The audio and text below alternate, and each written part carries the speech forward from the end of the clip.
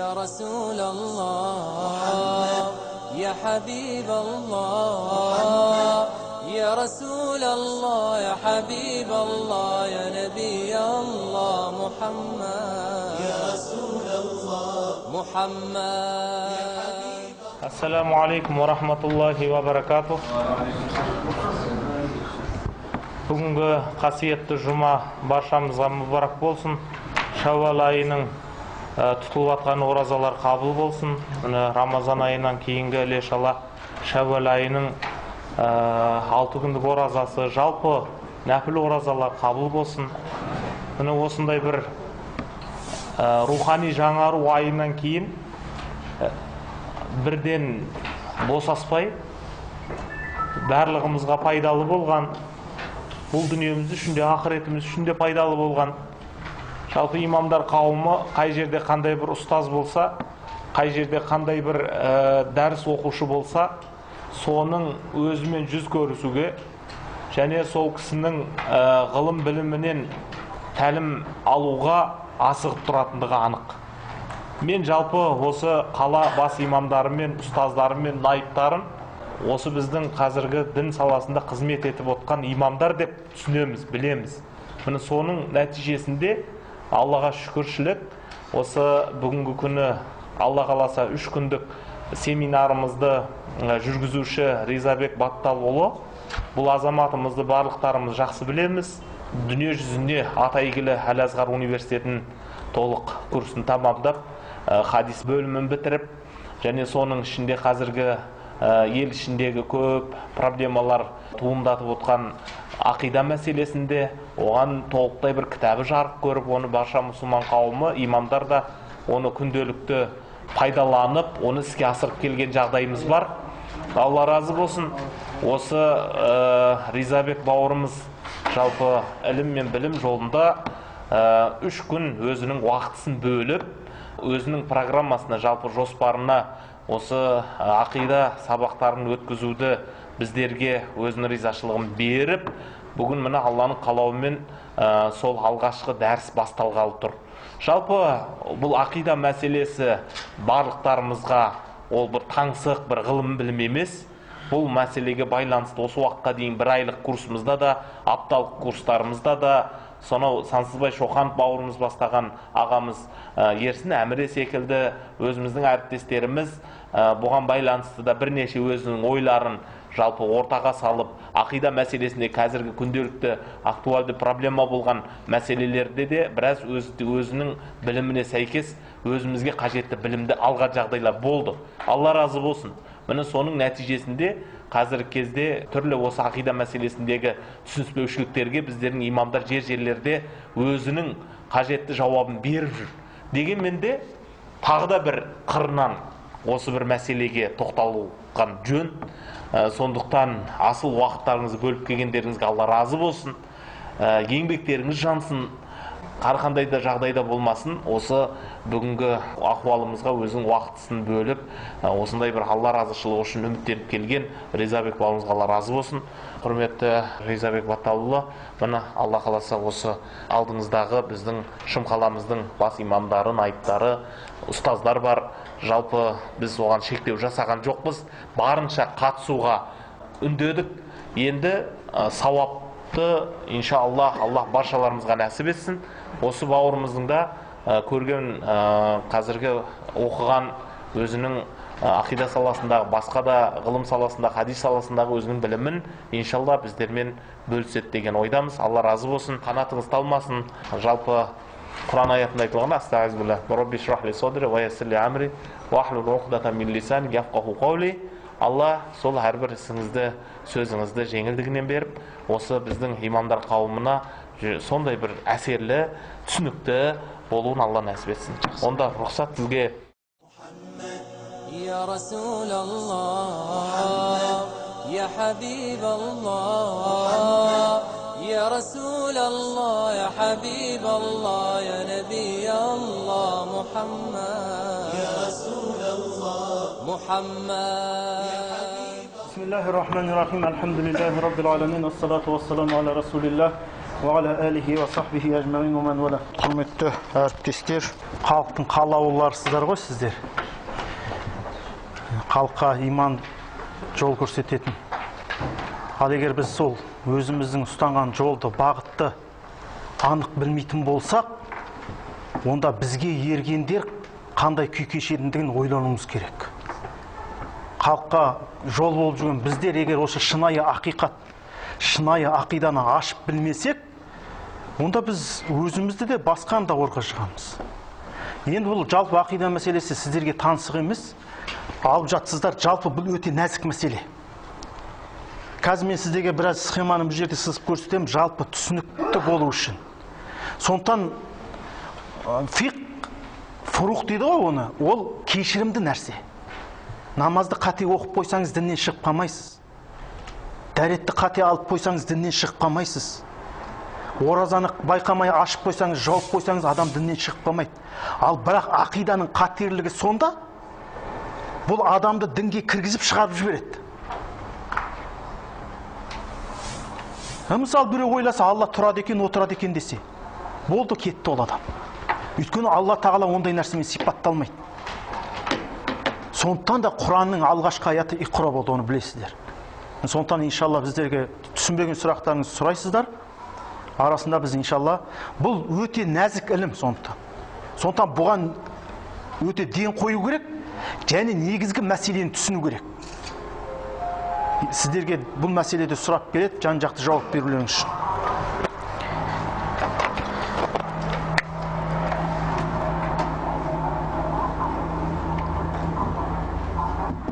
Жалпы ақида дегеніміз қазақша жазатындарыңыз жаза беріңіздер. Схеманы енді жазбаңыздар. Бұның бәрін иншалла арасында біз сұраймыз.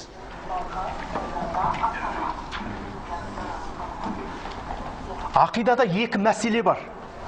Кез келген ақида мәселесін осы екі негізбен сараптайсыздар. Бірінші усулул иғтиқад.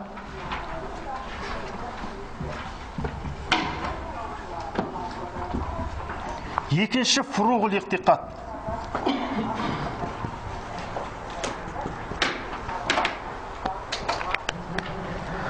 Усулул иғтиқад, фуруғул иғтиқад. Кез келген ақида мәселесін қараған кезде сіз ажыратуыңыз керек, ол мәселенің имма усулға жататындығына ма, әлде фуруғқа жататындығына ажырата білуіңіз керек. Мысалы, сізге біреу сұрақ қойып келді. Немесе сіздің алдыңызға қандай да бір ақидаға қатысты мәселе қойды. Соны сіз ажыратуыңыз керек. Бұл мәселе мынаған жата ма, әлде мынаған жата ма? Мынаған жатса, оның үкімі не болады, жауабы не? Мынаған жатса, үкімі не, оның жауабы не? Бұл екі шеңберден шығып кетпейді ақида мәселесі жалпы. Не сіз кез келген ақидадағы мәселенің усул иғтиқад, яғни бұл усул ақиданың негізі. Бұл жерде ешқандай хилаф болмайды. Бұл жерде Абу Ханифа былай айтты, Шафиғи былай айтты, Имам Малик былай айтты, болмаса Ашғари былай айтты, Матруди былай айтты деп айтылмайды. Мысалы, бұған Алла жалғыз. Бұл жерде хилаф болуы мүмкін бе? Тұра тұр, мен қазір бұған бір адам діннен шығып қалады. Сондықтан усулға қатысты мәселеде бұл имам мен күпірліктің арасында тұрады мәселе. Мысалы, усул иғтиқад, Алла жалғыз. Келіспейтін адам діннен шығып қалады, болды. Жоқ, ол жалғыздығында күмән бар, мен оған басқа нәрседен болды адам, ол таласқа түспейтін нәрсе. Ал енді фуруққа келген кезде, мысалы, жәннат қазір бар ма, жоқ па? Біреулер айтты бар деді, біреулер айтты әлі жоқ деді. Ол діннен шығармайды, бұндағы мәселе ол бидғатқа апарады. Мысалы, түсініңіздер ғой, усулул иғтиқад ол имам мен күпірлікке байланысты. Оған мысалы Алла бір, Алла естиді. Алла көрмейді десе адам діннен шығып қалады. Алла жалғыз емес десе діннен шығып қалады. Алла білуші, білмейді десе діннен шығып. Ол жерде ешқандай тартыс болмайды. Сондықтан усул иғтиқадтағы мәселе ол жерде тартыс болмайды. Мысалы, бір адам келді. Ол адам келген кезде оның сұрағын осы екі мәселеде қараңыз. Ал енді біз сіздерде сұрақ туындайды. Мына екеуін қалай ажыратамыз деген. Бір мәселені не усулға жата ма, әлде оның тармағына жататын мәселеме қалай ажыратамыз? Усулға жататын нәрсе Құран, мутаватир хадис болды. Мутаватир хадис келді ме? болды, ол обсуждать етілмейді, талқыға түспейді кез келген неде. Ал енді фуруқ мәселесінде бұл жаңағы сахих хадис, ол сахих хадистің иншалла бөлулерін өтеміз. Ол жаңағы хабар ахадпен келген риуаяттар. Бұл жерде кескінді риуаят болмайды. Ал енді осы ақиданың усул иғтиқад, фуруғул иғтиқад. Бұл фуруғул иғтиқад екі кезеңге бөлінеді.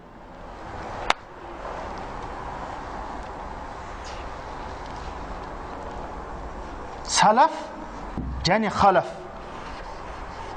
Түсіндіңіздер ме? Салаф пен халаф. Салаф дегеніміз алдыңғылар, бұлар кейінгілер. Мысалы, фуруққа бір мысал келтіріңіздер. Мысалы, сипатты түсіну. Муташабих сипаттар не дейміз? Бұған келген кезде салафтарда ұстаным бар, халафтарда ұстаным бар. Яғни салаф солих, бұл қазіргі күндегі салафи емес, ол садаға кетсін. Мысалы, ар-рахман ғалал истеуа. Енді бұл истеуа мәселесін біз қазір бұның иман келтіру, ол усул иғтиқад, Құран аят ол. Біз айтамыз, Алла Тағала аршқа истеуа қылды. Ал енді истеуа сөзіне келген кезде ол фуруқ, оны тәуил дейміз да, тафуиттаймыз ба? Оны қазір оған тоқталамыз. Фуруғул иғтиқад. Фуруғул иғтиқад екі кезең бар. Бұл салаф дегеніміз алғашқы 3 ғасырға кіретіндер. 3 ғасырға кіретіндер. Алғашқы 3 ғасырға кіретіндер бұлар. Пайғамбарымыз айтқан, менің ғасырым және менен кейінгі 2 ғасыр деген. Бұлар сәләф салихтар дейміз біле. Ал халаф деп бүгінгі күнге дейін 3 ғасырдан кейінгінің барлығы. Оған біздер кіріп кете береміз. Енді осы халаф кезеңі 3 медреседен тұрады. Көрініп жатыр ма сіздерге?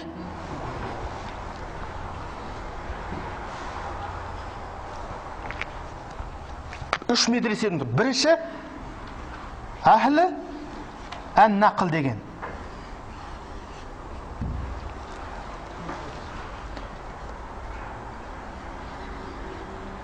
Мынау әхлі нақл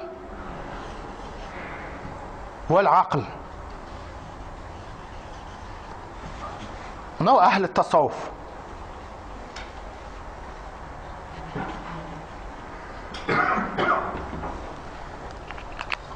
Арабша көре бересіздер ғой,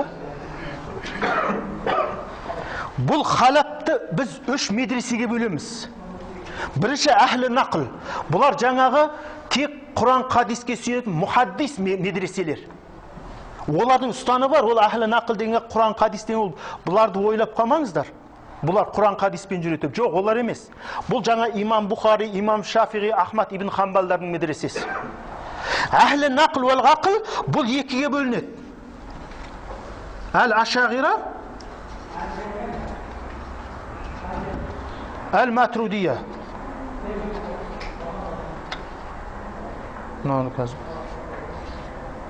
Матрудия.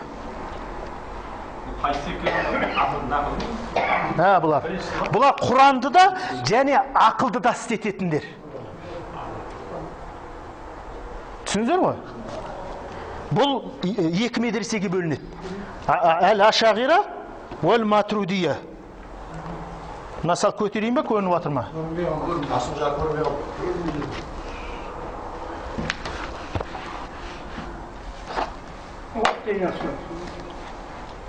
Үлкенде оқып жазайын.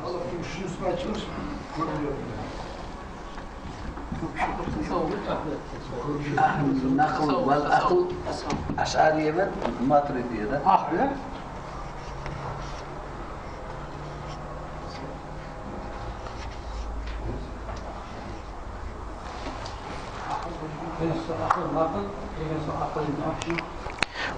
Бірінші әхлі нақл. Бұлар хадисшілер. Қасында мысалы имам Бухари, имам Ахмад ибн Хамбал, имам Тирмизилер сияқты. Одан әхлі нақл уәл ғақл. Бұлар жаңағы екі медреседен тұрады, Ашағира уәл Матридия. Бұлар ақылды да істетеді, шариғатты да істетеді. Өйткені дұрыс ақыл. Мысалы сіздерге айтайық. Неге сендер ақылды қолданасыңдар дейді. Мысалы Аллахтың әлемнің ішіне кіру мүмкін ба? Жоқ. Оны жоқ деп айтатындай бізде Құран хадис бар ма? Пайғамбар сөйтіп айтқан лафыз бар ма? Біздің ақылымыздың өзі дәлел болып тұр, оның бір нәрсенің ішіне енбейтіндігіне. Алла тағала әлемнің ішінде де емес, сыртында да емес. Әлемнің іші сырты болмағанда болған ғой Алла тағала. Осы жерге дейін сұрақ бар ма? Бұл осындай кезең. Жалпы ақида мәселесі. Оны екі негізбен қарайсыздар. Бірі усул иқтиқад, яғни ақида негіздері. Ол талқыға түспейді. Және онда ғалымдар арасында ешқандай талас тартыс жоқ. Екінші, ақида тармақтары деп аталады. Фуруқ. Бұл жерде ғалымдар арасында кейбір мәселеде қайшылықтар бар, пікір таластар бар. Мысалы, муташабих аяттар тәуил дейміз бе, тәуил демейміз бе деді. Біреулер айтты, тәуил демей солай қалтырайық деді. Борал айтты, түсіну мақсатында тәуил дейік деді. Сондықтан бұл тақырыпты біз екі кезеңмен қарауымыз керек. Салаф кезеңі, халаф кезеңі. Одан кейін халаф кезеңінің өзі үш медреседен әхлі нақыл тұрады. Бұл жаңа хадисшылар, имам Ахмад Хамбалдан бастап соған ерушілер. Одан кейін әхлі нақыл уәл ақыл, бұл ашағира матуридия кіреді бұған. Яғни бұл жерде Құран мен нақыл деп жатқанымыз Құран хадис. Одан кейін ақыл деп жатқанымыз жаңа адам өзі ой түйсігін істенту. Одан кейін әхлі тасауф. Олардың өз жаңағы жүйелері бар.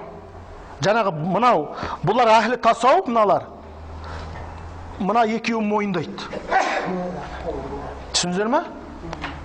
Бұл мынау әхлі тасауф, мынағын ғана қалып, мынаны мойындамайды деген сөз жоқ. Бұл мына екеуін қосып мойындайды. Қаласа, бұлар сияқты тікелей қалдырады, тәпсір жасамаймыз.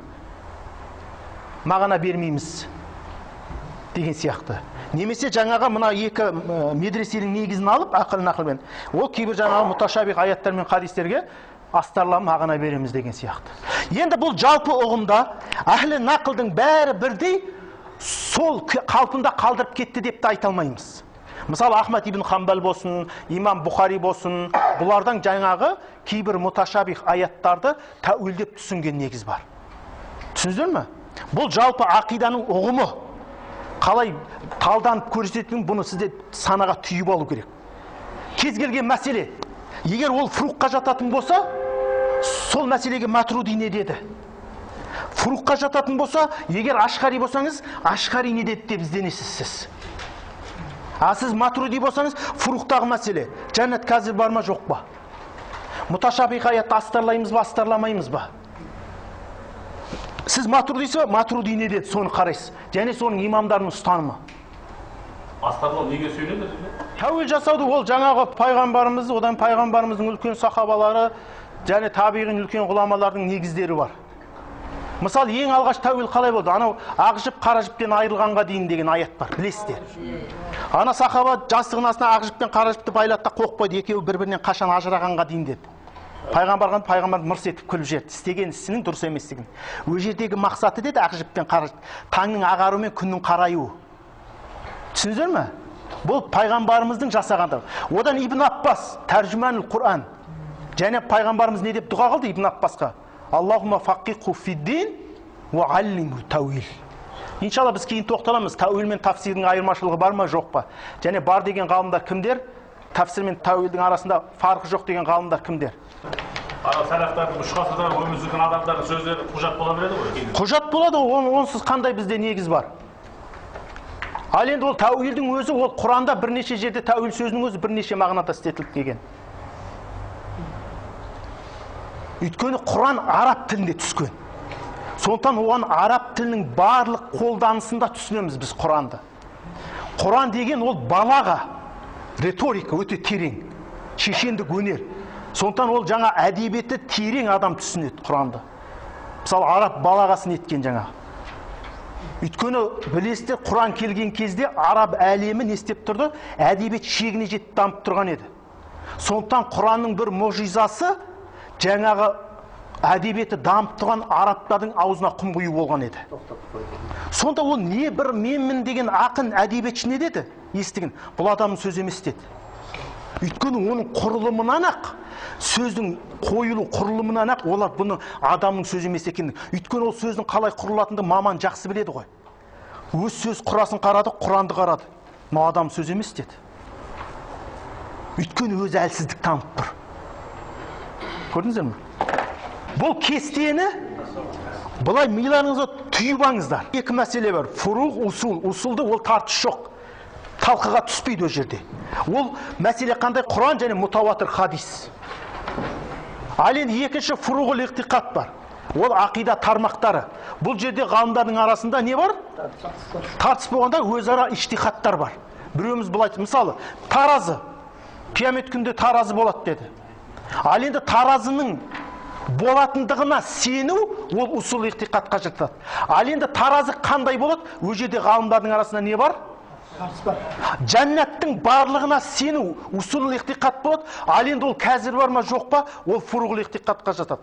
Тозақтың барлығы ол усул.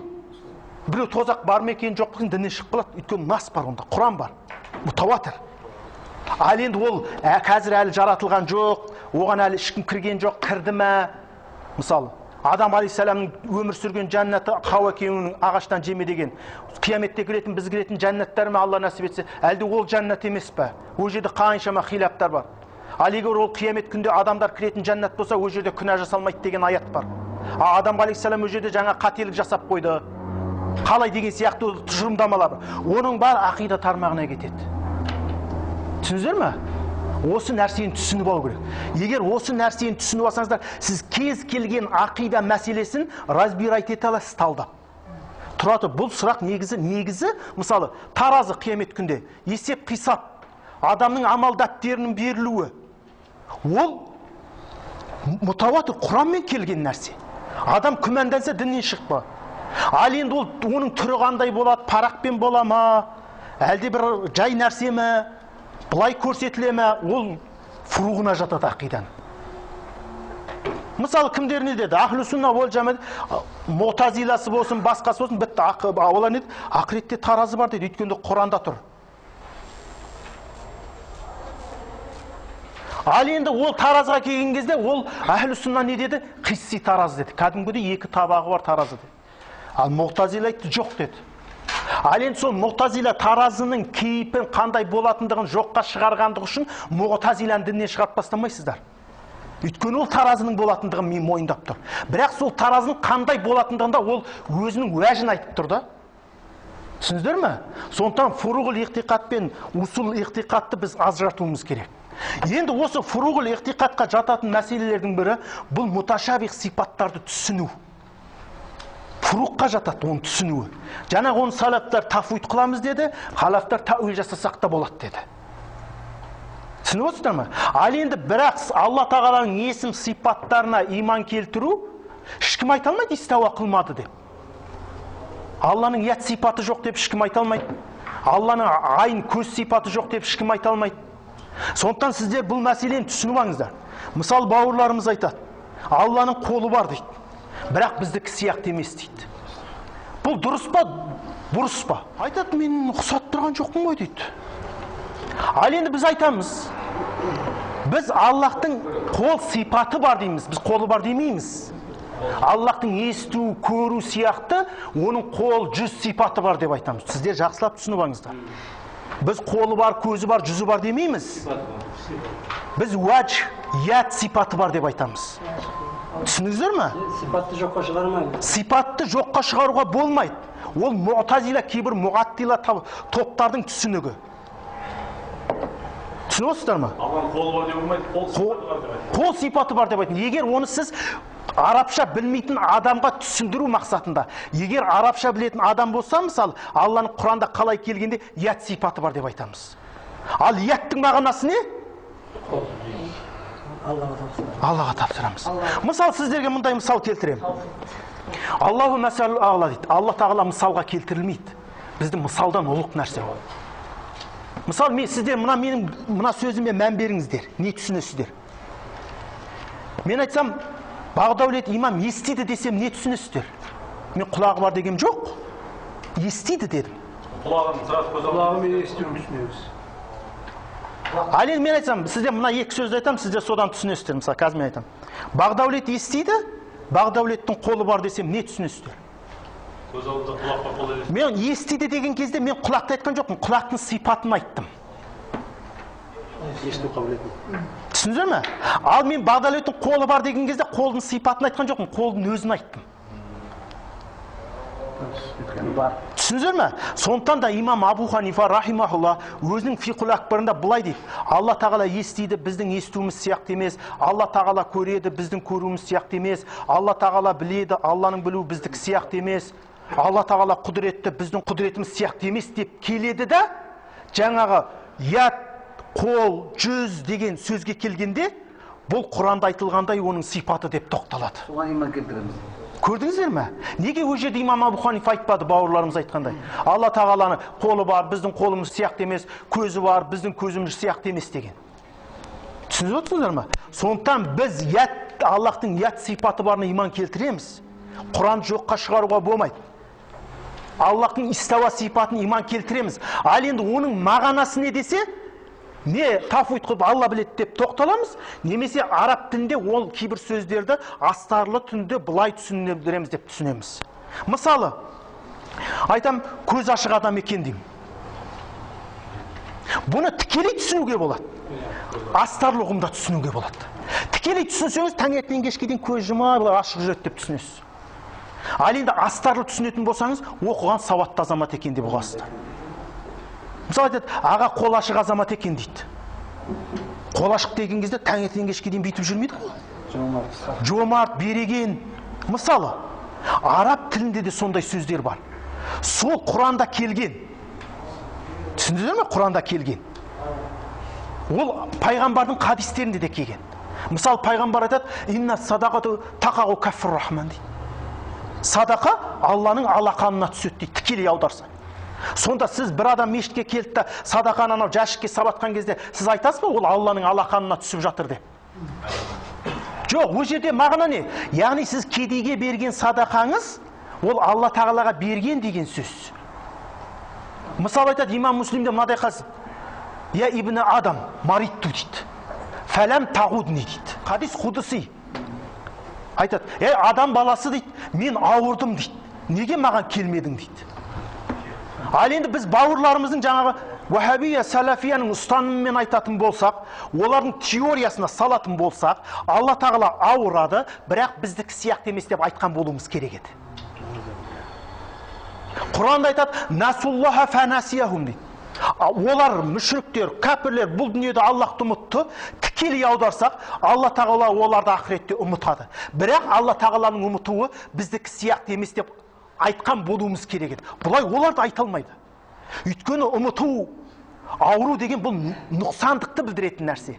Алла тағала кемшілік атаулыдан пәк. Түсіндіңіз ме? Мысал айтады, уахуа мағакум айнама күнтум. Сендер қайда болсаңдар да Алла тағала сендермен бірге дейді. Енді не дейді? Сонда біз айтамыз, Алла тағала барлық жерде, Алла бізбен деп. Мағынасы не? Алла бәрін біліп тұрады деген сөз. Қай жерге бат, қай тесікке кіріп кетпе, қандай бір биіктікке көтеріліп кетпе, қандай бір тереңдікке түсіп кетпе, жердің Алла біледі. Түсіндіңіздер ме? Ал енді бауырларымызға қарай, олар айтады, ар-рахман алал арши истауа. Истауа деген сөзді алады да, бұл отырды, көтерілді.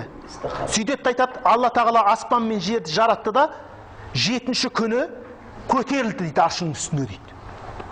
Сұрақ, сонда аршы Алла тағаланың астында ма деп сұрақ қойыңыздар. Оларда жауап жоқ. Онда неге сен Алланы аршының үстінде дейсің? Имам Тахауи рахимахулла айтады, ла тахуил джихад ситту. Алла тағаланың асты, үсті, алды, арты, оңы, сол деп айтылмайды. Сонтан ләйса кәмисли шай деген аят, ол сияқты еш нәрсе жоқ деген аят, бұл бүкіл лауазиміл құдус дейді ғой. Жаратылысқа қатысты болған нәрсенің барлығынан Алла тағала. Біздің жаңағы қимыл әрекетпен болатын, біздің сөзіміз әріппен, кешігіп, алдын, екпінмен болады. Бұның барлығынан Алла тағала пәк. Түсіндіңіздер ғой? Ал енді бауырларымыздың ұстанымында олар Алланың қолы бар дейді. Бірақ біз сол қолы 4 бұрыш па, 3 бұрыш па, сопақ па, онысын білмейміз дейді тек. Құдай сақтасын. Оның саусақтары бар дейді. Бірақ саусақтарының белгілі бір образы бар дейді. Несі, формасы, бірақ біз соны білмейміз дейді қандай екен. Ол былай сопақ па, домалақ па, 3 бұрыш па, 4 бұрыш па. Құдай сақтасын. Бұл уже денелеу. Oşudur. Ал Алла тағала ләйса камислихи, дене емес. Дене болмағаннан кейін оған кейіп бере алмайсыздар сіздер. Өйткені жисім деген нәрсені, ол мысалы кімдердің христиандар не дейді олар? Алла тағаланың жауһар деген. Жауһар деген атом. Атом дейді олар. Сондықтан олар жаңа кейіп береді, шаршады дейді, ашын үстіне отырды дейді, түседі дейді жаңағыдай нәрсе.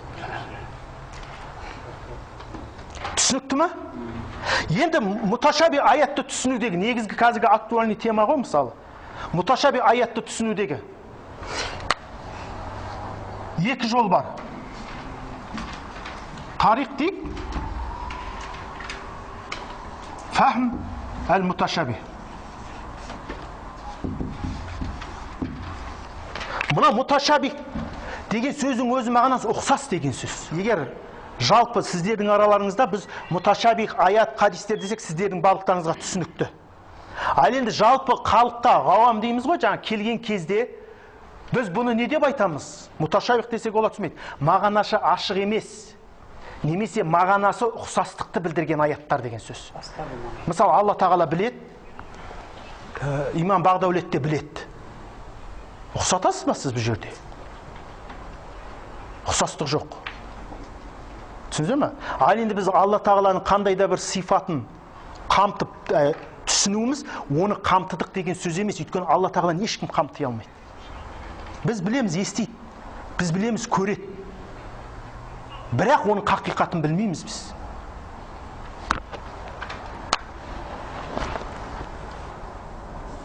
Бұл жерде тафуид бар.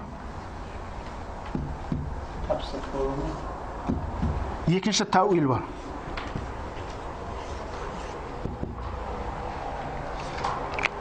Тафуид деген не? Мысалы, Ар-Рахман ғалал ғарши истауа.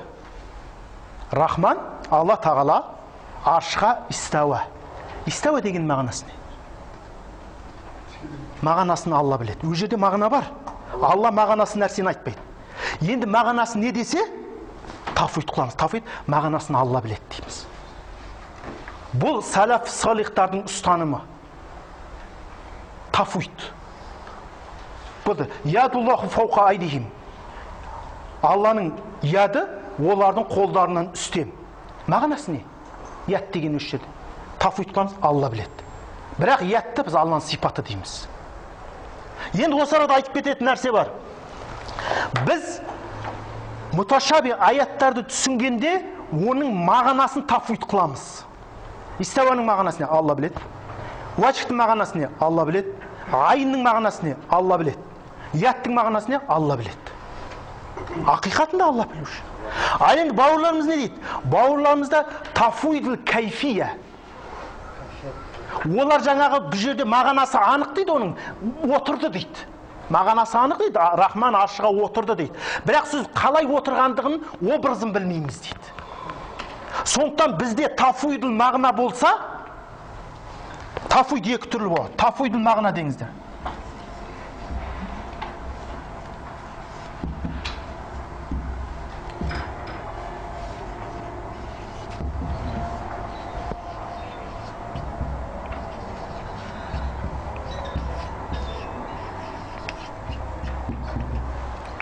Тафуидл мағына бұл әхлі сүннаның ұстанымы. Әхлі сүнна.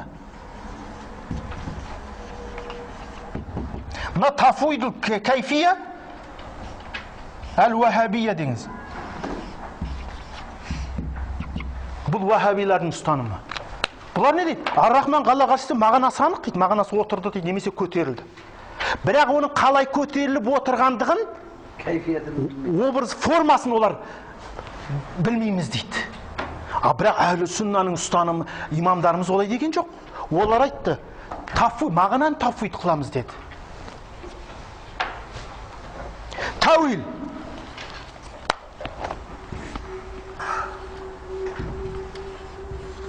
Тауил әхлі сүнна.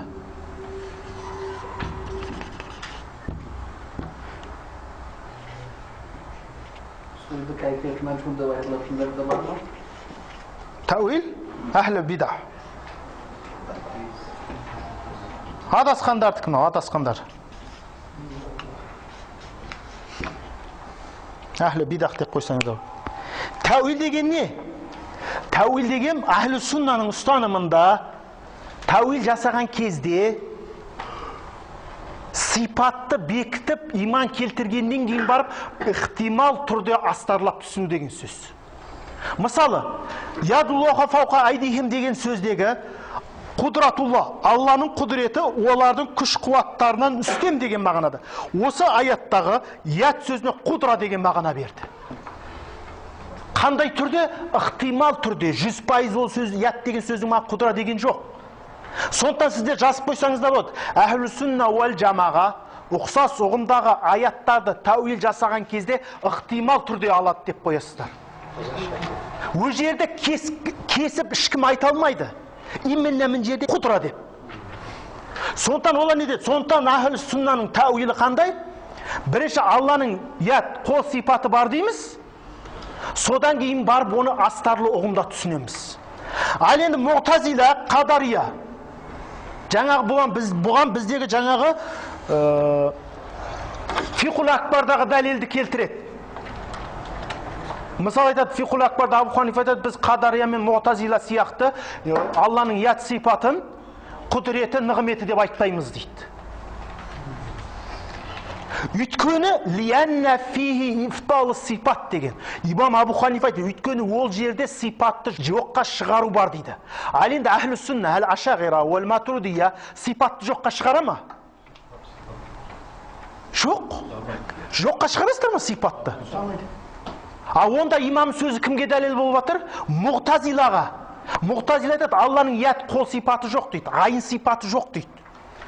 Түсіндіңіздер ме? Олар мысалына яд, мысалы, ядуллахи деген сөз тұр да, мына яд деген сөз жоқ дейді, мына жерде жоқ дейді, бұл жерде құдра деп тұр дейді, олар айтады. Имам Абу Ханифа осыны айтып жатыр Муътазиланың ұстанымын.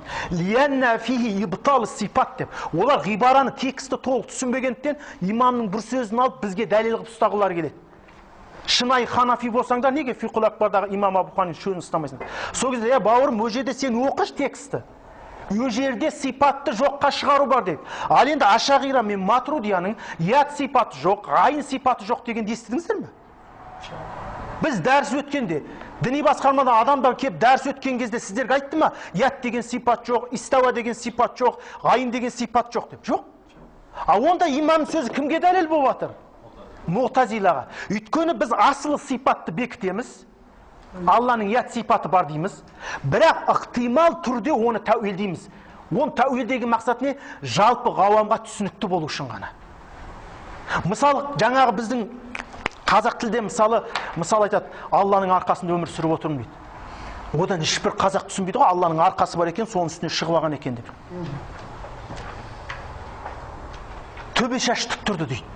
Оны ешкім түсінбейді ғой, бүйтіп тұрып қалған екен деп. Ал енді қазақ тілін жаңа үйреніп жүрген француз ба, ағылшын ба, ол ойлауы мүмкін, өйткені ол тік тұрды деген сөздің мағынасын біледі, шаштың мағынасын біледі. Ол риториканы білмейді өйткені. Сондықтан ол ойлайды, шашы тік тұрды десе, онда екі-ақ ұғым бар. Тұрды, шаш деген. Значит, тұрды деп түсінеді. Сондықтан да сахабалардың кезінде, табиғиндардың кезінде бұл мәселені сахабалар пайғамбардан сұрап бармаған. Өйткені оларға жаңа қол ашық адам деген кезде сіздер менен бұл соның мағынасын сұрайсыздар ма? Жоқ. Көз ашық адам деймін. Кеп мағынасын сұрайсыздар ма? Өйткені сіздер қазақ біліп отырсыздар оның мағынасын. Ал енді арамызда отырған тілді білмейтін біреу болса, сонда қалай дейді оны? Көзіміз, сондықтан да сахабалар неге муташабих аяттарды білмеді емес, білді, оны таңертеңнен кешке дейін оқыды, Рамазан айында қатым қылып жатты олар. Ар-Рахман ғалал арша истава деген аятты біз ғана оқып жатқан жоқпыз қазір 20-шы ғасыр, 21-шы ғасыр. Сахабалар оқыды. Даже бізде көп оқыды олар. Ар-Рахман ғалал арша истава деп. Истава деген екен деген жоқ. Өйткені оларға мағынасы анық болды. Түсініздер ғой? Осындай нәрсе. Сондықтан тафуид қылған кезде әхлі сүнна нені тафуид қылады? Мағынаны тафуид қылады. Ол жерде мағына анық емес. Ал енді егер әхлі сүннаның екінші бағыты бар, ол не? Тауил. Біз айтамыз, Алланың яд, яғни қол сипаты бар. Біз қолы бар деп айтпаймыз, түсініп алыңыздар. Қол сипаты бар. Ол негізі сіздерге түсінікті болу үшін қол деп айтамыз. Біз айтамыз, оның Құранның яд сипаты бар. Өйткені Алла тағала яд. Енді қараңыздар. Неге бұлар именно екі қолы бар дейді Алланың? Бұлардың бір кітаптарында былай деп жазады. Яума юкшафу ан сақ дейді. Қиямет күні сақ ашылады дейді. Сақ деген мына екі ортаны айтады. Балтыр ғой бізде. Олар түсіргенге олардың ойынша қиямет күнде Алла тағала былай балтырын ашады. Жабық тұр ол қазір олардың ойы бойынша. Сөйтіп бүйтіп ашады. Бірақ ол қалай ашатынын біз білмейміз дейді. Соны ол жерде сақ деген ол жерде муфрат болып кепті. Муфрат деген жеке түрде. Енді қараңыздар, олар не істеді? Алла тағалаға екі қол бекітті, екі көз бекітті. Енді қараса бір балтыры бар дейді да, не то ғой? Сосын айтады мысал дейді. Бағдәулет аға балтырын көрсетсе дейді, сен ойламайсың ғой дейді, Бағдәулетте бірақ балтыр бар деп дейді. Сондықтан сендер аяттағы муфрат жеке сөзді алып дейді, Аллах балтырын көрсетеді деген кезде, сендер ойлап қалмаңдар, оның екінші балтыры бар дейді. Сен екі балтыр дейтіндей қандай дәлелің бар оған? Көрдің бе, біздерді философия дейді, өздері бір қате философияға түсіп алған.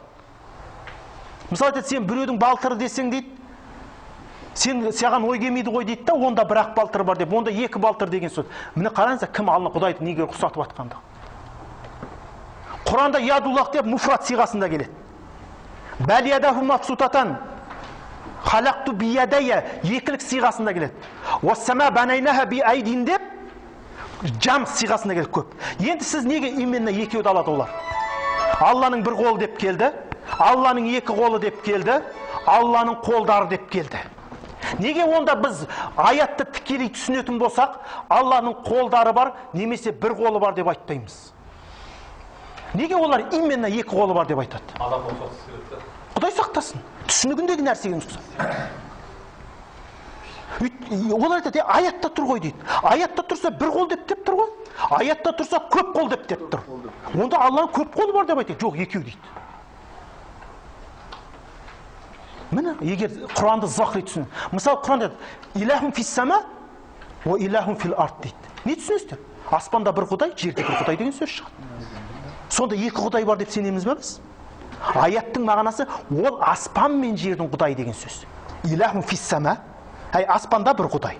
Илахун фил арт. Яғни аспанның құдайы ол жердің де құдайы деген сөз.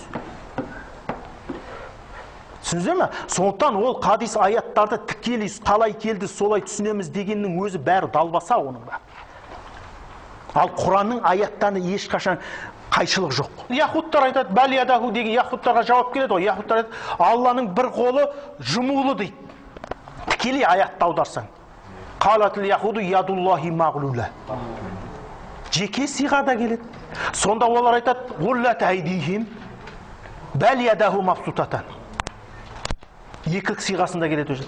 Уассама банайнаха би айдин деп келеді. Қолдарымызбен тұрғыздық дейді аспанды. Мысалы Ибн Аппас, біз аспанды қолдарымызбен деген, қол деген сөз биқуатин деді. Біз аспанды күшпен тұрғыздық деді. Қуа деп аударды ят сөзін. Түсіндіңіз ме? Мысалы, қалатыл яхуду ядуллахи мағлу. Олар Алланы сараң деді. Сол кезде бәл ядаху мабсутатан. Керісінше ол сараң емес деді. Түсіндіңіз ме? Сондықтан да біз ятты қудыра деп, нығма деп, аяттардағы мағанаға сай аударамыз. Бірақ біз айтпаймыз именно 100% о жердегі мағана қудырат деп, немесе қуа деп. Оны біз айтамыз, ықтимал түрде араб тілінің формасында түсінген кезде солай астарлап түсінеміз. Бірақ біз жаңағы астарлаған кезде ят, айын деген, истауа деген сөздерді жоққа шығармаймыз, сипаттарды. Түсіндіңіздер ме? Ал енді сұрақ. Олар айтады, Алла тағала аршыға истауа қылды дейді. Ал истауа болмаған кезде Аллах болды. Сонда аршы болмай тұрғанда Алла тағалада истауа деген сипат болмады ма не сонда? Сіздерге сұрақ. Әлде аршы болмай тұрғанда Алла тағалада истауа деген сипат болды ма? Ұстаз, анау доктор иесін неғыватқанда құдыра деген кезінде құдыраны қаяқтан алдың сен? Неден алдың деп қайта-қайта алдың? Сол мен бағана сәл неғылмай айтқаным сол да. Ол араб тілінің қолданысындағы бар нәрсе. Құдыра деген. Мысалы айтады, Шыңғысхан 10.000 қолымен отыра алды, жаулап алды дейді. Сонда сіз Шыңғысханның мын жағында 5.000 қолы бар, мын жағында 5.000 қолы бар деп түсінбейсіз ғой. Қуасын айтып жатыр, оның күшін. 10.000 қолмен келіп басып алды дейді. 10.000 мына жағында мынадай 5.000, мына жағында 5.000 деген сөз шықпайды да. Мысал айтады, неге мысал айтты? Ибн Аббас не деді? Яума юкшафу ан сақ, сіздің сұрағыңызға жауап. Қиямет күні сақ ашылады деді. Оны Ибн Аббас не деді? Қиямет күннің қиыншылығы көрінген кезде деді. Енді неге балтырды қиыншылық деп түсінді адамдар? Өйткені адам құмда жүрген кезде ең бірінші балтыр талады екен. Сондықтан олардың ұғымында шаршаған кезде, қиыншылыққа түскен кезде, ол жаңағы кіріп отырады, біресе шығады, біресе кіріп отырады, бүйтіп. Сонда ең бірінші талатын қиыншылық сезетін мүше балтыр екен. Сондықтан олар жаңа қиындық деген білдіретін сөзге астарлығында балтыр деген сөзді қолданған. Мысалы бізде балтыр деген сөзді қиындыққа қолданбаймыз біз. Мысалы бел. Өйткені біз жаңағы тегіс жерде жүрем, бірде мынаған не түсіп отырады. Иә. Иә, мысалы бел айналғаны бел бүйтіп айналып кетпейді оның. Ол жерде жаңа қиналғандығын, шаршағандығын білдіреді. Жаңа жолдың қиын болғандығын, сапардың ауыр болғандығын білдіреді. Ал енді арабтардың балтырды қолдануы, олардан құмда, песокта болғандықтан, олар жүргенде ең бірінші балтыр талатын болған. Сондықтан қиямет күнде балтыр ашылады деген сөз, яғни қиямет күнде қиыншылық адамға көрінеді. Ол Ибн Аббастың тәпсірі, біз тәпсірлеген жоқпыз оны. Түсіндіңіздер ме? Шындық ашылады деген жерде Ау. шындық ашылады деп қосылады. Ол жерде енді несі жаңағы Ибн Аббастың тәпсірі қияметтің қиыншылығы, ақиқат көрінетін сол кездерде айтады. Ал енді сол бір немен олар алады деседі, Алланың балтыры бар дейді, және ол біреу емес, ол екеу дейді. Арш туралы бізде соны сұрақ қойсақ, бізге соны айтып келді ғой, жамағатымызды бір-екі жігіттерді, соны онда сіздер оларға сол сұрақты қойыңыздар. Алла Тағала аршты жаратпай тұрып, Алла Тағала қай жерде болған? Қай жерде? Мен сұрағым түсіндіңіздер ғой. Сонда олар айтады, Алла Тағала аспан мен күнді 6 күнде жаратып, сүммә стауа дейді. Кейін аршыға көтерілді дейді, біреулері отырды дейді. Қазір өз араларында бөлініп жатыр. Отырды деп айтпаймыз дейді, біреулер айтады. Біреулер айтады, отырды деп айтамыз дейді. Біреулер отырды жоқ, ол жерде көтерілді дейді. Жарайды. Маңызды емес. Енді қараңыз. Сонда аршы болмай тұрғанда Алла Тағаланың истауа деген сипаты болмады ма не? А егер ол болған болса, аршы пайда болғанда ол бір өзгеріске енді ме? Алла өзгермейді. Сұрақ, не деп жауап берер едіңіздер? Сіздер енді ақида алып жатыр деді жаңа. Сансызбай ұстаз, біздің де ұстазымыз ол кісі. Жаратушы барлық сипаттардың бәрі ол жаратылмай жатып, о баста барлық сипаттар болған ғой. Ол жаратылғаннан кейін ештеңе өзгерген жоқ. Дұрыс айтады. Көрдіңіздер ме? Алла Тағала орта жол, сондықтан кейбірған бәлкана мустауин қабла халқылық арш деген. Тіпті Алла Тағаланың истауасы аршы болмай тұрғанда болған дейді. Өйткені имам Тахауи, имам Абу Ханифа айтады, мына жерде имам Тахауи қазір айтады мәтінде. Мәзәлә би сифатихи қадимен қабла халқихи, ләм яздат би каунихи шайъан ләм якун қаблаху мин сифатихи. Алла Тағала сипаттарымен ежелден дейді. Яғни Алла Тағала орта жолдан сипаттамайды. Бұрын Алла Тағалада 10 сипат, әлем пайда болған кезде 11-ші сипат қосылды деп айтылмайды, Құдай сақтасын. Ләм яздат би каунихи шайъан ләм якун қаблаху мин сифатихи. Әлем болмай тұрған кездегі Аллахтың сипаттары болды ғой. Әлем пайда болған кезде сол сипаттарға бір қосымша сипаттар қосылған жоқ деп түсіндіреді. Түсіндіңіздер ғой? Сондықтан біз жаңағы муташабих аяттарды Алланың сипаты деп қабылдаймыз. Оған иман келтіреміз. Қаласақ тафвид қыламыз мағынасын, қаласақ мағынасын астарлап түсінеміз. Түсінікті ғой? Кім түсінбеді бүгінгі дәрісті, осы дәрісті? Мен хавюл деген нәрсені сәләфтар емес, халафтар не алып дедіңіз ғой? Халафтар емес, бұл сәләфтардың да айтып отырмын, Ибн Аббастан. Бүткіл муташабих аяттар бар ғой жаңағы. Иә. Соның жаңағы осы тавил қылғаны туралында бүткіл сахабалар соны бәрін айтып кеткен бе жоқ? Бірен саран айтылмаған ба сол? Мен сізге бұл мәселені неге сахабалар қозғамады? Ол бір түсінді деп. Олар түгел түсінді. Болмаса оған қажеті жоқ. Сондықтан да Құран кәрімде муташабих аяттар бір жерде келмеген. Сондықтан оны жинап бір форма жасауға болмайды деген ғалымдар. Олар не істеді? Так, Алланың жүзі бар деді. Көз, ыңғи анау аяттарды шығарып әкелді да құрастырды. Жаңа Құранның әрбір жерінде келген аяттарды жинап әкеп құрастырды. Құрастырды нәрсе жүзі бар екен деді. Көзі бар деді. Көз сол жүзде тұрады дейді. Бірақ басы бар деп айтпаймыз дейді. Сосын төмен қарай түседі, екі қол бар. Сөйтсе хадис бар, килта ядаһи юмна деген. Екі қол да оң жағында дейді. Төмен қарай кетіп бара жатыр. Құдай сақтасын. Ол адам олай, қалай ол сен? Сондықтан ғалымдар айтқан, ол аяттарды бір жерге жинап, бір образ құрастыруға болмайды деген. Өйткені Құранда ол ана жерде бір сөз келді, мына жерде бір сөз келді, ана жерде бір сөз келген.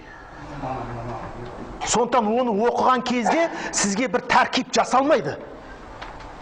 Анау жақтан ядуллаху фауқа айдихим деп өтіп кеттіңіз, біраз мына жаққа келсеңіз, күллі шайын халикин илля уадж. Мына уаджты бірінші қоямыз. Ол болмайды, олай тәркип қылу аналарды. Құрастырып әкел. Түсіндіңіздер ғой? Ал енді сіздің айтып тәуил қайдан шықты деген сөз. Ол тәуил біріншіден араб тілінде бар. Құран араб тілінде түсті, және ол жерде жаңағы имам Ахмад ибн Хамбал, имам Мәлик, имам Шафиғи, бұлардың барлығына тәуилген. Ибн Аббас ең үлкені. Мысалы, жаңа аят оны иншалла ол сонтан кейбір мәселелер бар усул фиққа қатысты. Бұған кең таралған. Мысалы, сәләсаты құру дейді. Әл-муталлақату ятараббасуна би анфусин сәләсаты. Талақ болған әйел 3 құруды күтеді дейді. Құру деген не?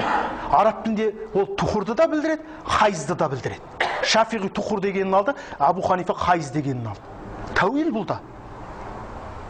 Яғни лавзды бір сөздің көп мағынасы. Мысалы, көз десек қазақшада. Бұл адамның көзіне де айтады, бұлақтың көзіне де айтады. Мысалы, көзін жіберіпті дейді. Не сөз көзін жіберіпті дейді? Тыншысын жіберіпті деген сөз. Айтады, бұл отырған ана кісінің көзі ғой дейді да. Ананың хабар жеткізіп берушісі деген сияқты. Сондықтан енді мына сөздің бірнеше мағынасы бар, жаңа біз айтқан. Түсіңіз ба? Сондықтан бұл мына сөз ықтимал мағынаны адамның көзі мақсат қылған, ықтимал бұлақтың көзін айтқан болуы мүмкін, ықтимал біреудің тыншысын айтқан болуы мүмкін. Түсіңіз ба? Сондықтан бір сөз бірнеше мағынаны өз ішіне алғандықтан ол жерде тәуил қажет болды. Мысалы, истауа деген сөздің 14-тен астам мағынасы бар. Истауа ғала джуди дейді. Нұқтың кемесі Джуди тауына истауа дейді. Сонда Джуди тауына барып көтерілді демейсіз ғой? Истауа деген орнықты, бекіді деген мағынаны білдіреді. Фастауа ғала сақихи дейді. Жаңағы момынның сипатын келді, сабағында түк тұрған егін сияқты деді. Ол жерде жаңада истауаны көтерілді, отырды деп аламайсың. Сондықтан Құранның өзінде истауа деген сөздің өзі 4-5 мағынада қолданылып келген.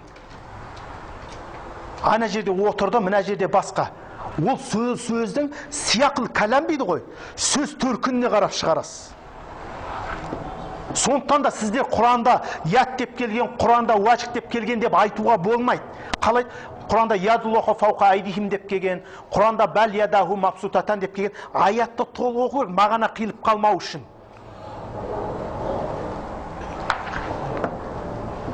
Түсіпті ма? Сіздердің қолдарыңызда Тахауи ақидасы бар ма мәтіні?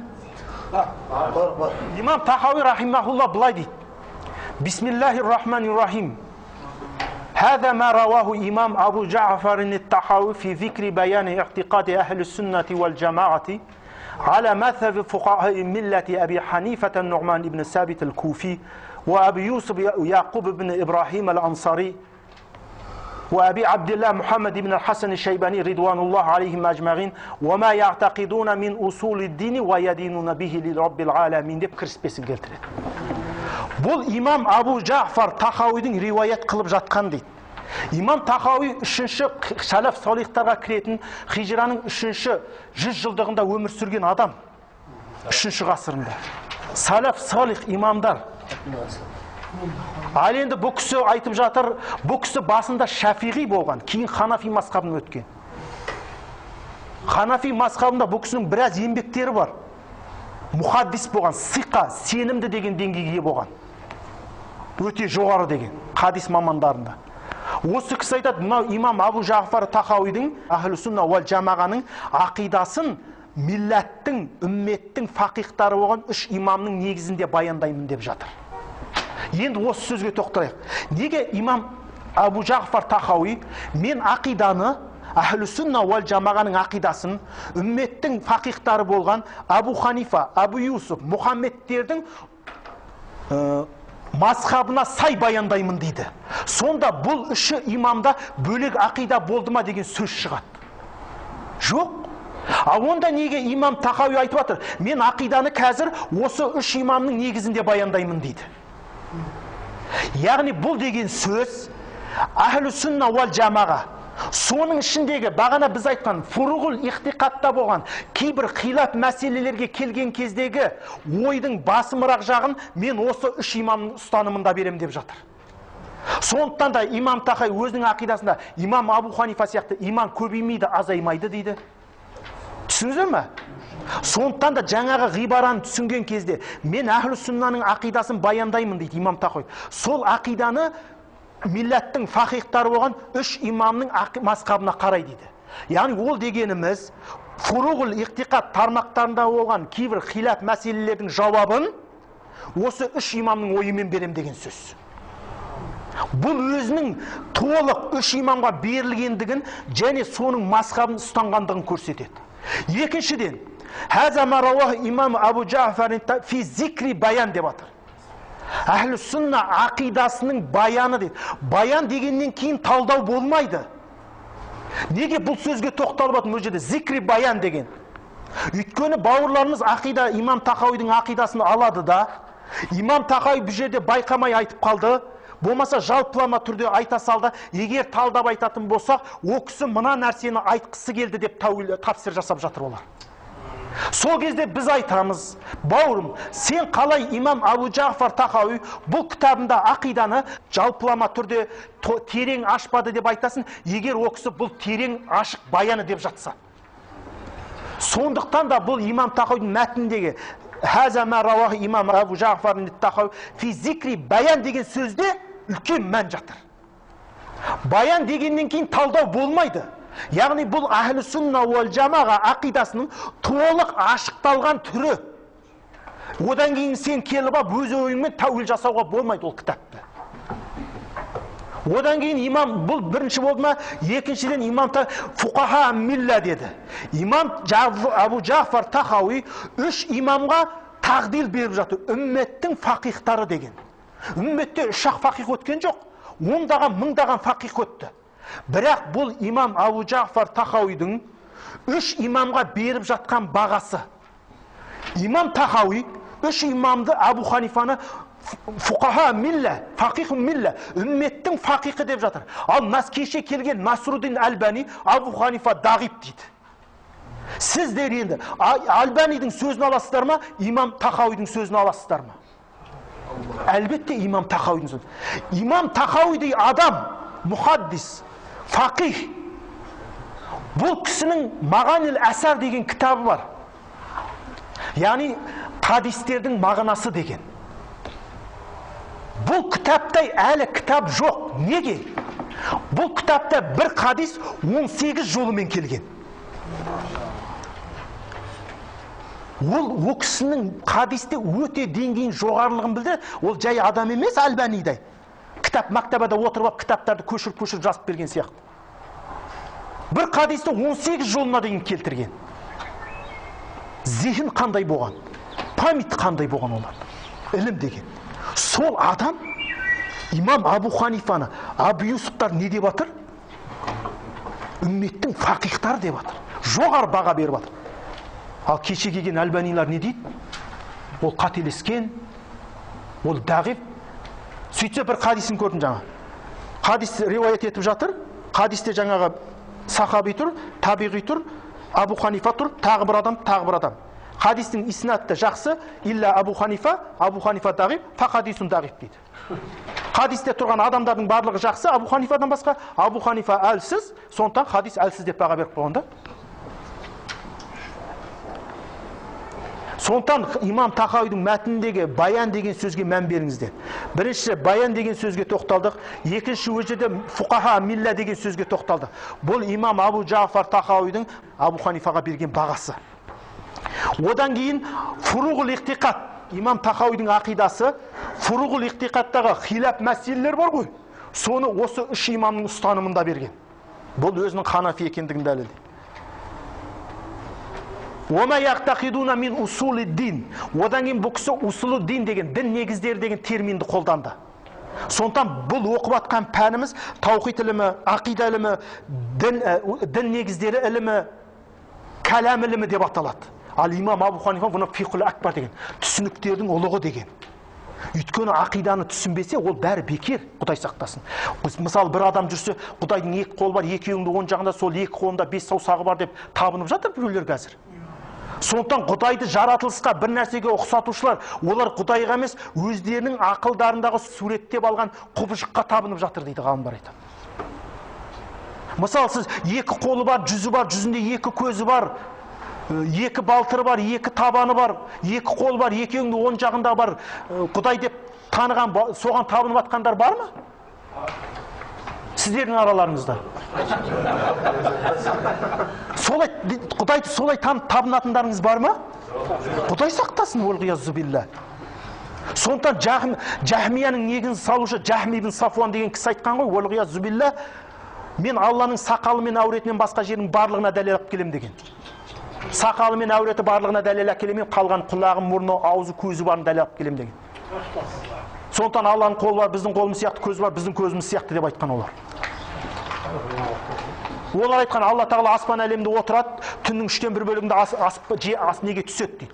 Түннің 1/3 бөлігі әр мемлекетте 4000 сайын қайталанып тұрады. Сонда ол бауырларымыздың Жахми ибн Сафуан соның соңына ерулерше Алла тағала әр 4000 сайын аспан әлеміне түсіп мініп тұрады. Бірақ біз білмейміз дейді, ол түседі дейді, қарекетпен дейді, қимыл әрекетпен, біз онысын білмейміз дейді. Сондықтан ол нәрсе Құдай сақтасын. Сондықтан ол Ибн Таймия өзінің Мажмул фатауасында айтқан, Алла тағала затымен аршының үстінде, затымен бізбен бірге деген. Сондайда бұлардың дін негіздеріндегі сенімден көрдіңіз бе, яғни ақиданы баяндаймын ақыл сүннен, сол әхлі сүннаның ақидасының ішінде ақида тармақтарында болған хилафи мәселелерді мен осы үш имамның көзқарасында тарқатып берем деп жатыр. Яғни осы имамдар діннің негізіндегі мәселені ұстап, солармен Раббысына дінденіп жатқан имамдардың ұстанымын айтамын. Ли Раббил аламин, Рабб, әлемдердің Раббысы. Ал енді бұлар илах пен Рабб сөзін бөліп, таухидты улухия, рубубия деп бөледі. Түсіндіңіздер ме? Ал біз айт, мысалы мен айтсам, я Рабб, я Алла десем де біреу ғой. Мен екі түрлі нәрсені табынып атым ба? Олар айтады, Рабб деген сөз, ол жаратушы деп, әлемді басқарып тұрушы деп қана мағына береді дейді. Улухия деген сөз, ол жаңағы құлшылық етуге лайықты зат деп тану дейді. Түсіндіңіздер ме? Сондықтан да ол Рабб пен илах сөзін бөліп, таухид, рубубия, улухия, әсма ва сифатқа деп бөлінеді де, бұл қателік. Рабб десең де Алла, Алла десең де Рабб. Бұл бөлінбейді. Егер ол сөз мысалы әләсту би роббикум деді ғой. Біз не дедік? Адам алейхиссаламнан бастап қиямет күнге дейін анау перғауын бар, бушы бар, бәрі бәлә деді. Әл-Мисақта бәріміз бәлә деді. Буддисің бар, басқасың бар. Демек бәрі Алланың рубубиясын мойындады деп айтасыз ба?